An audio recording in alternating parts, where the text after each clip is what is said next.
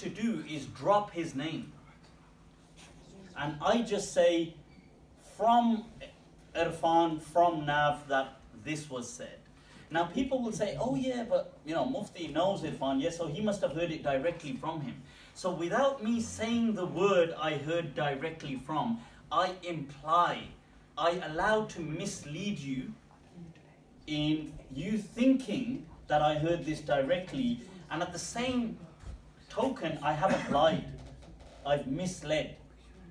So there's a difference. One is I clearly say, I heard this from him when I didn't, so that's lying. One is I mislead you into thinking that I'm saying that. So I just say, yeah, you know, one day Irfan said, now I don't say I heard it, he said it to me, I just say he said. So you assume I heard this directly from him, because I know him and we're contemporaries and we've met. But the truth is, this has come through somebody else who is unreliable, and I've dropped that person in the chain, from the chain. This is called tadlis. As shocking as this is, surprisingly, scholars have accepted it. I mean, it's so, some people like Imam Shu'bah, who is also a powerhouse of hadith, he claimed, he was very strict against tadlis and used to deem it haram. Shu'bah used to say tadlis was haram. Anybody who does that has committed a sin. But other scholars seem to be kind of more forgiving towards tadlis, and that's quite shocking in my eyes. But nevertheless, so Imam Zuhri is a major mudallis, and Ibn Hajar al-Asqalani in his book of Mudallisin places him in the Tabaqat al-Thalitha, from the third category, which is the least, that you can write their hadith but you can't use it as evidence unless he clearly says I heard. And by the way, sometimes, so there's two layers to this trick.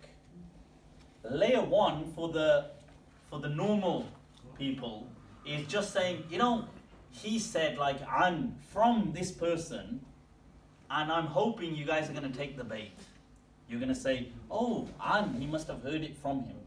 So in Arabic they use the word an as in ayn nun, which means kind of from or on the authority of. Now then there's another for the advanced players. He realizes this ain't going to cut it.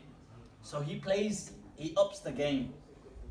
So he uses words like akhbarana, that he has informed us. And people like Zuhri still play the game on akhbarana as well. Him, Ibn Jurayj, these people are notorious with akhbarana. So they will, akhbarana means he told me, like he informed me. So the normal word that scholars of hadith use is haddathana, he spoke it to me. So they will avoid that word because they don't want to lie, but they'll say akhbarana, he informed me. And what that means is, oh, I read it in his book. He had a book, and I read it in there. He never told me whether the book was right or wrong, but he informed me via a book. You understand? So it's the equivalent today of saying, if I said, you know, if I said something like, let's just say I said something like, Sheikh Hamza Yusuf informed me that we should do things like this and this, and then somebody said, oh wow, are you in liaison? I mean, do you communicate with Sheikh Hamza Yusuf? And I said, well, no, he informed me via his Facebook status. This is the equivalent of what they were doing. This was the advanced layer. This was when, you know, skill 9,000 or something. Or this was, so a lot of people would think, oh, akhbarana is okay, but it wasn't. This was wrongly used as well. So Zuhri does do that a lot. We have to be wary of a lot of narrations from Zuhri. This is why Imam Malik, who is I mean, if you get all the narrators from Imam Zuhri, the most reliable is who?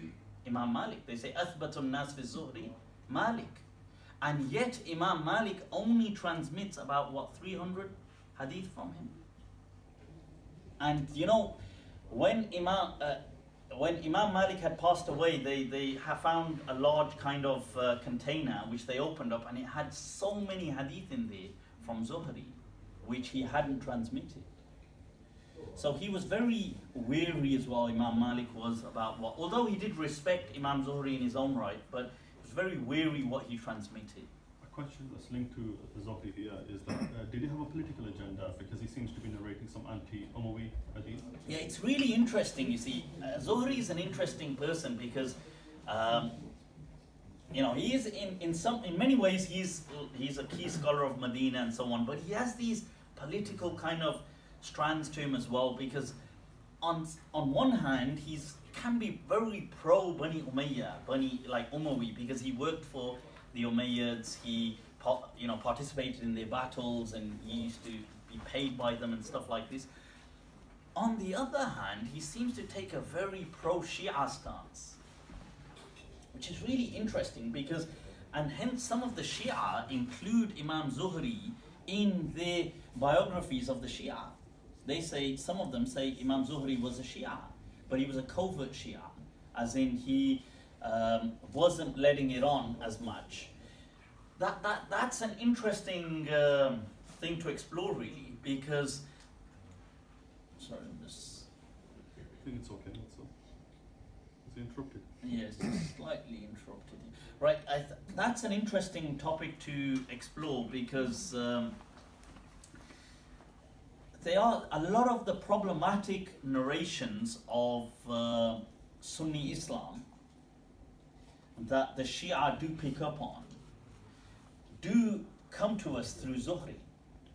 So a lot of the issues to do with about Aisha, a lot of the radiallahu anha, a lot of the issues to do with Aisha, issues to do with the Quran, a lot of those which the Shia do pick up on. Oh, but how come you guys have got this in your books if you condemn us? They actually tend to come through Zuhri, which is an interesting thing. I do actually find it quite plausible. I think Imam Zuhri, in my understanding, was very much inclined towards the later part of his life, towards the Shia cause. And I think he didn't come out with that openly because it would have been detrimental to his whole, to his career. Because in his early life, he definitely isn't. Because in the time of Imam Zayd, he doesn't seem to align himself with Imam Zayd or anything. But then I think as time progresses and you see some of the struggles going on in Medina and stuff like this, it appears that he does seem to have aligned himself with the Shia. And this is why some of the Shia include him in their books in saying Imam Zuhri was actually a Shia. So I think we can't say one way or the other, but this is what it seems. When you look at the riwayat that come to us, all the problematic ones that the Shia tend to use against Sunnis, they usually just come through Zuhri, which is, I think it's interesting. But I hope that